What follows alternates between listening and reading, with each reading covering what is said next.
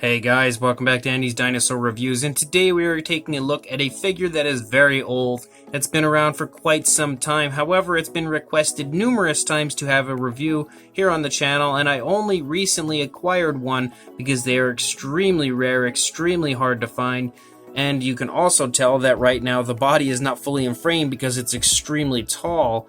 This is the Battat Diplodocus, and it is an incredible figure. One of the most elusive and hard to find figures in the dinosaur collecting community, and I was lucky enough to acquire this in a very cool box of extremely rare figures that I had scored quite a little while back. Probably the highlight of that box would be this Diplodocus, and something that I've been on the search for many years and didn't think that I'd ever actually have the opportunity to acquire it and add it to my collection, but I did. I'm so happy, so thankful that I was able to do it, because honestly it is a breathtaking figure for sure, and really sizable as well. So without further ado, let's go get a closer look at this incredible Battat Diplodocus. So the sheer size of this figure alone is probably going to make it a little difficult to review, but we'll do what we can. Looking up here at the head sculpt looks really nice. Definitely some very beautiful sculpt and detail included, but you can see that the overall head isn't highly detailed like you would see today. However, I don't think it takes away from the figure at all, because it just has such a presence to it. You can't help but absolutely love this Diplodocus figure, but I think that the head sculpt overall looks pretty nice. The teeth are a little bit sloppy. You can definitely see that the paintwork in there is a little all over the place and not really that good. Again, I don't think it's up to today's standards as far as what you would see if a company produced a Diplodocus currently, but as far as the head sculpt goes, for its time, I really think it was quite nicely done. And you can see that the eyes are painted nicely with a really beautiful black pupil, and the pupil is actually glossed. The eye shines quite nicely. If we take a look at the opposing side, you can definitely see how beautiful that looks. The eye is painted really nicely, actually. It looks a little better, I think, on this side as far as the teeth go, but again, the teeth are still a little sloppy as far as that paintwork. But regardless, as you start to run down the neck, you can see incredibly nice sculpt work as far as the skin texture. As we lead down the neck, you can also take note of some really beautiful brown striping that starts to creep in and looks really cool. Even the underside of the neck has some very beautiful sculpt, lots of creases in the skin as we lead down the neck, and the skin texture has that very large animal feel as we come down the extremely long Diplodocus neck. And then once we reach the base of the neck, you've got quite a bit of skin wrinkling, skin folding going on, lots of really beautiful creasing in the skin all over the place. Again, very nicely representing that very large animal type of a look that you would expect to find on a sauropod. You've got the shoulder blade there protruding from the skin, maybe a little too much protruding from the skin, but still looks extremely cool. Just kind of makes the Diplodocus look like it's a little bit on the hungry side. It's not the most well-fed Diplodocus. As we move down into the front legs, you can see some very nice musculature, really beautiful skin texture as well. As we lead down here into the leg, you've got the nice elbow back there. The bone structure is really visible as well. And then you come down into the foot sculpt, and the foot sculpt looks fantastic. Really beautiful nail over here, and same goes for this foot over here. Coming back up into the body, look at the really nice movement being shown when it comes to the way the skin is pulling and stretching off of the body. Due to this actually being rearing up, you're probably going to see quite a bit of movement as far as the skin stretching, more so than you would see if the dinosaur was down in a more natural position. So I think that the sculpt of this and the way the movement is currently occurring is beautifully shown throughout this Diplodocus. Then looking into the stomach region, look at how incredible the skin detail is all over the stomach. It looks fantastic. Beautiful, beautiful, very large animal feel to the stomach region as well, and that's pretty much what you get all over this Diplodocus. And you can see that the kind of brownish color that you have here transitions to a very nice dark brown that runs along the spinal column, but that's also that same brown that stripes and litters the side of the dinosaur. As we move back here, you can get into the hip bone. You can definitely take note to the hip bone protruding from the skin quite nicely. Very large muscular thighs, and the thighs are also defined with that brown, that dark brown. They kind of have that stripe of dark brown run through the area that defines the musculature, and I really think that was a nice choice. Again, the skin stretching off of the body right there in the leg was also beautifully done. As we move down here into the leg, you can see that the front of the leg looks incredible. Really, really nice foot sculpt here. The Diplodocus currently is pushing on the camera a little bit because it's so big and so hard to get into frame, but you can see how beautiful that foot sculpt is. Even the nails are painted quite nicely. There's actually a little bit of extra rubber here on this nail, but I still think it looks incredible. I could probably cut that off and make it look a little better, but I don't want to touch this or alter it in any way. As we lead back into the tail continues with that really nice sculpt and detail, and it curls up quite nicely all around the body. It looks great, honestly. I love the curl of the tail, something that I could probably see a Diplodocus doing with its tail, especially if it's in a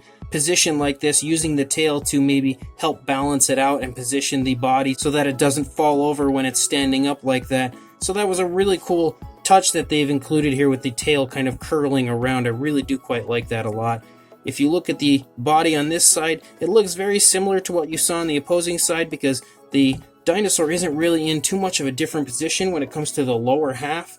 For the most part, this leg is only forward a little bit more so than the opposing leg. So the legs, as far as these rear legs, are very similar in the way they are positioned. You got lots of creasing and skin folding going on here in the leg though. You can definitely see that quite nicely. Beautiful musculature again in the thigh. You can see the hip bone just like on the opposing side. The really nice detailing here with the skin stretching off of the body with the leg pulling it and the body, the torso pulling up to position itself up in that rearing position. Really nice skin folding again all over in the stomach region. Here, however, you can see the skin bunching back because on the opposing side that leg is forward a lot more so than this one. This one is down a lot further, and you can really see that portrayed with the movement right there as far as the skin folding and bunching up right there in the stomach region. Again, you can really see the very nice shoulder blade right there and the beautiful detailing as far as the skin texture all throughout the stomach region. And then the leg here in the front looks fantastic, really, really muscular.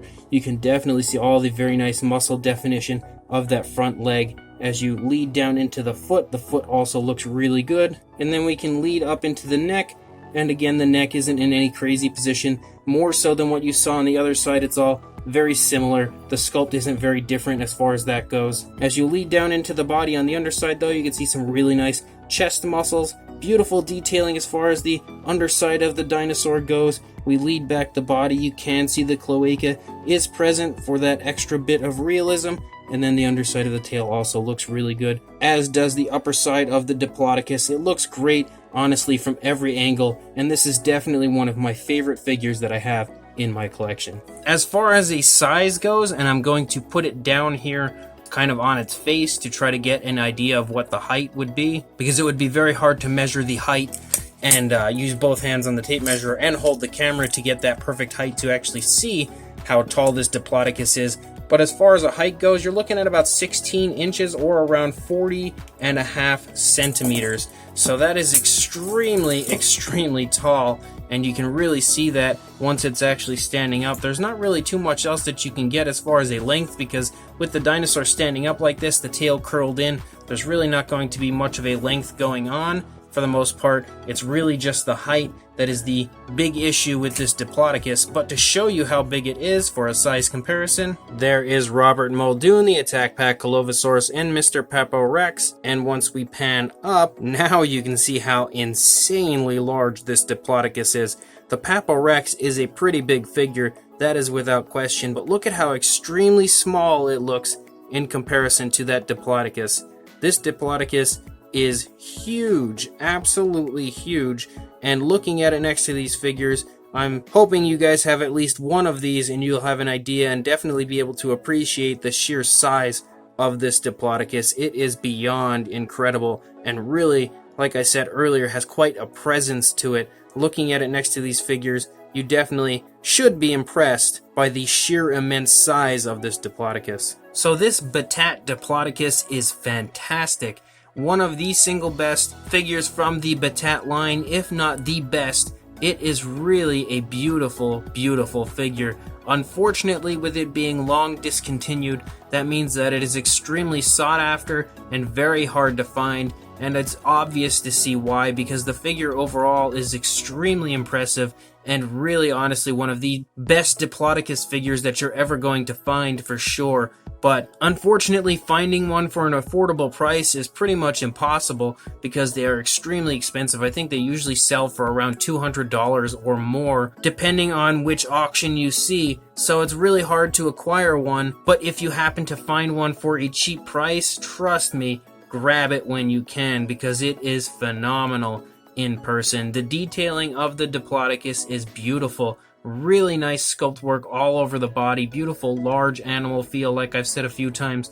As far as the overall appearance to the body, the sculpt and detail as far as the skin texture goes, it really has that large animal feel, and I think they nailed the sculpt of this for sure. It's beautifully sculpted as far as showing the movement of the dinosaur as well. Considering it is in a rearing up position, all the skin that would be stretching and pulling off of the body is wonderfully shown. Again, as far as the accuracy goes as to what would be occurring with the body for the positioning of the dinosaur, I think they nailed that as well. 100% hit the nail right on the head as far as the sculpt goes in every possible way. It is truly impressive just how much work has gone into this Diplodocus, but just how beautiful it is overall. The paint isn't the most flashy, but honestly I really like it. The uses of the browns looks very natural, very nice brown for the overall body color, but then you also have that darker brown that runs down over the body stripes through it, and it looks really cool, really natural, nice dull coloration for what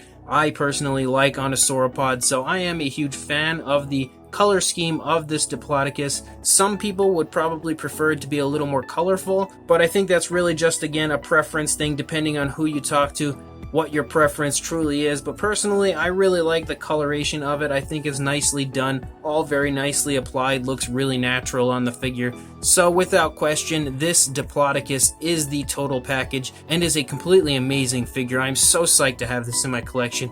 Thanks to that box that I purchased on Facebook Marketplace, I was able to add this to my collection, and it is easily one of the single best highlights in my collection and always will be. A beautiful, beautiful Diplodocus from Battat. So again, if you can search this out and you happen to find it for a decent price, pick it up right away. It is without question worth the buy. And I wish all of you that search for it the best of luck in finding one, because everyone really should have the opportunity to own something as beautiful as this. So again, good luck to anybody that is still on the hunt for this. I will try to find a link on eBay where one is for sale, but unfortunately, odds are it's going to be really expensive. But just to try to make it easier on anybody that's desperate to get one, I will include a link in the description to where I found one for sale if I can. But otherwise, again, happy hunting, guys. Make sure you like, comment, and subscribe, and I will see you in the next review. Thanks for watching.